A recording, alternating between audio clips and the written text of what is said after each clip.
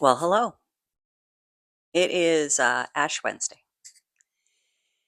And Ash Wednesday is the start of a season of transitions. It is the start of walking with Jesus to his death and his resurrection. And it is often a time in the church year that's very rich, very filled with imagery of dying, of change, um, of things ending, but also of new things, new beginnings, God's faithfulness.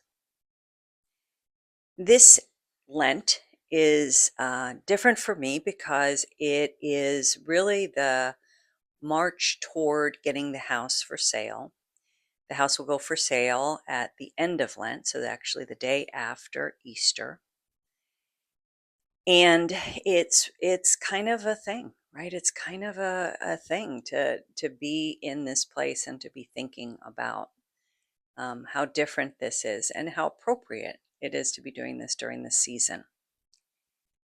I want to talk about uh, two things. The first is I want to talk about our selling our family cabin. So Jeff's family has a cabin that they've had for about 40 years, and it's been an important part of their family. And it's been the place where a lot of special things have happened, where Jeff and I and our friends went for the first time. We all went off together for a weekend. When I got my engagement ring, Jeff gave it to me up at the cabin. When Jacob was born, he was 6 weeks old. The first place we took him was Big Bear. Jeff's bachelor party was at Big Bear. Jeff had had a big fire when he was in college, and his whole family gathered to support him and give him supplies at the cabin. So it's been an important part of the family. But we've recognized that it's time for a new chapter there as well. And the cabin is owned by three people, by Jeff and his sister, and Jeff's and his sister's brother's widow. So the three of them are the owners of the cabin. And Jeff is ready to move on since we're moving to Chicago. Chris is ready for something new too. And so the third member of the group, Jeff's brother's widow, she is going to buy us out. Her and her daughter are working on that piece. And the cabin's very important to them because it was a place where Steve, Jeff's brother, was really instrumental in making the cabin happen. So I think it's a very important place in their family, and they don't want to let it go. And we totally understand that. And it's really nice that they want to buy it. It makes a big difference to let it go to somebody who we know and who we're excited about. But it's another really bittersweet thing. It's another huge change. It's another, oh my gosh.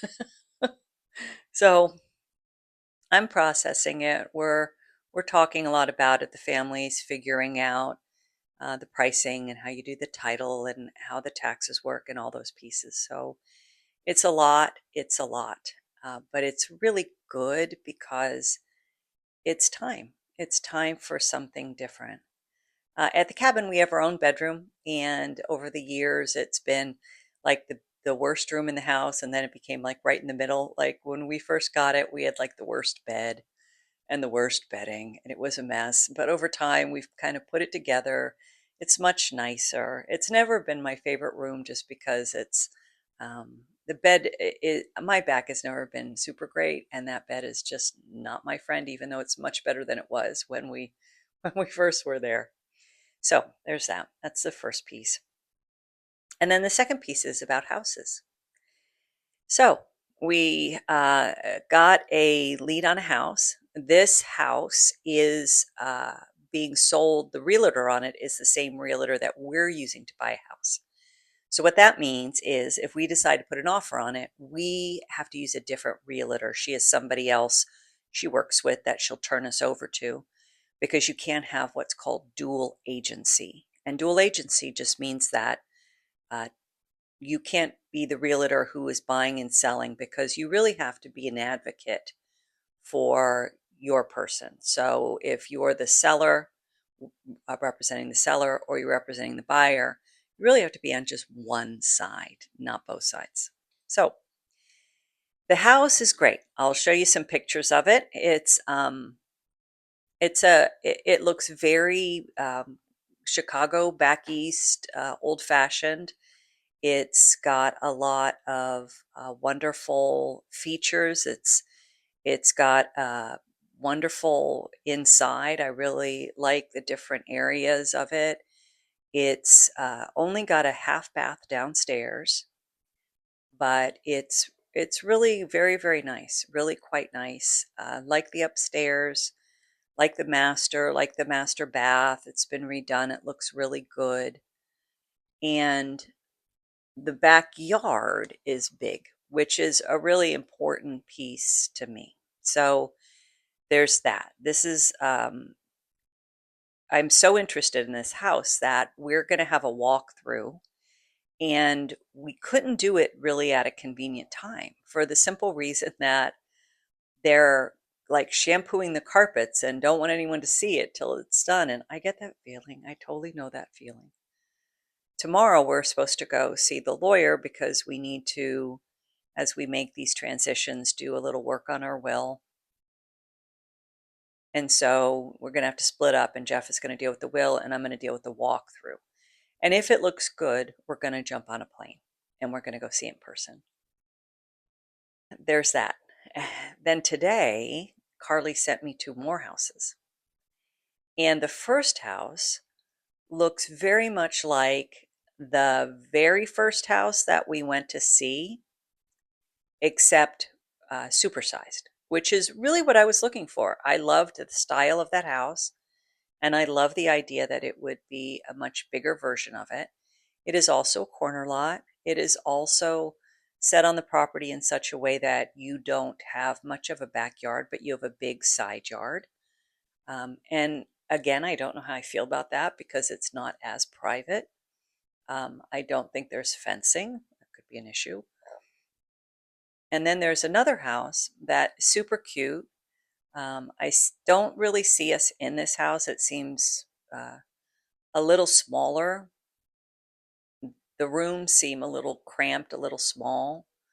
And that's hard to know if it's the pictures or what the story is with it. So I could see us going to Chicago Thursday night and seeing these houses on Friday and deciding what we're going to do.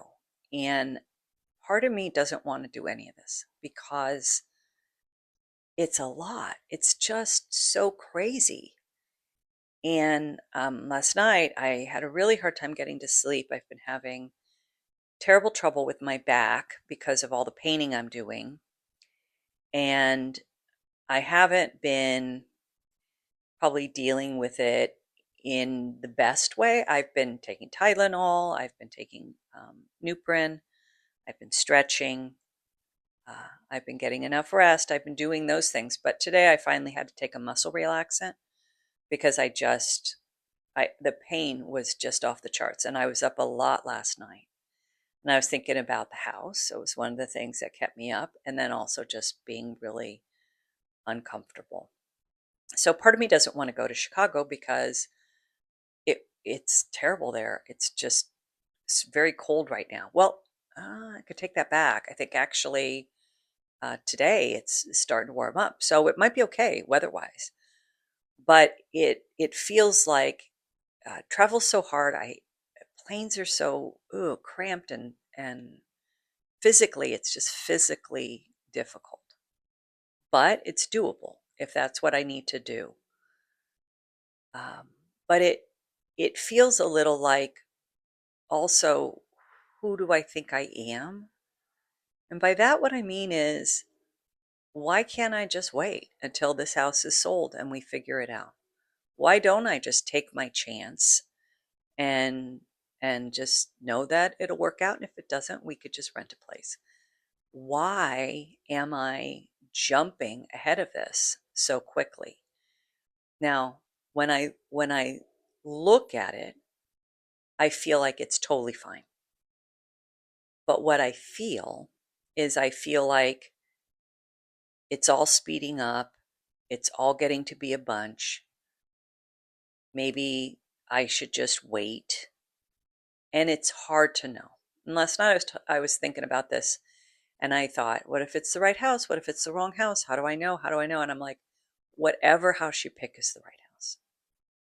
Wherever you end up is the right place. And I think that that is true.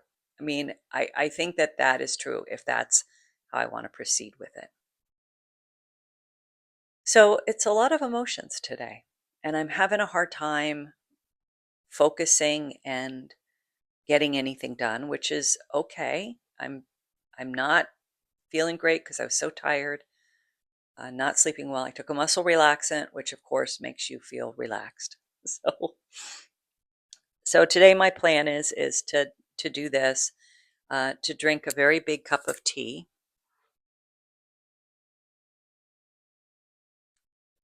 And also, the other thing I'm trying to learn about is what's called Insta 360 Flow 2 Pro, which is basically a, a, a fancy tripod that spins around and that can follow you in, um, like if you're standing away from the camera and you're walking, it will follow you. And I don't, since I'm just starting this vlogging and I have no idea, I thought this might be interesting. I don't know. It's really complicated. And I know it's just because it's a new thing and because I'm really tired. And I'm imagining I will feel differently in a couple days about all of this. But I started making this vlog with this new tool and I just can't work it well enough to make it happen. So that's where we're at today. The getting ready to sell the cabin, thinking about that and all those memories, and then thinking about a couple new houses to look at, and if it's too soon to jump on a plane and go to Chicago or not. I don't know. I'm going to have to figure that part out, and probably I won't figure it out today because I'm too tired today.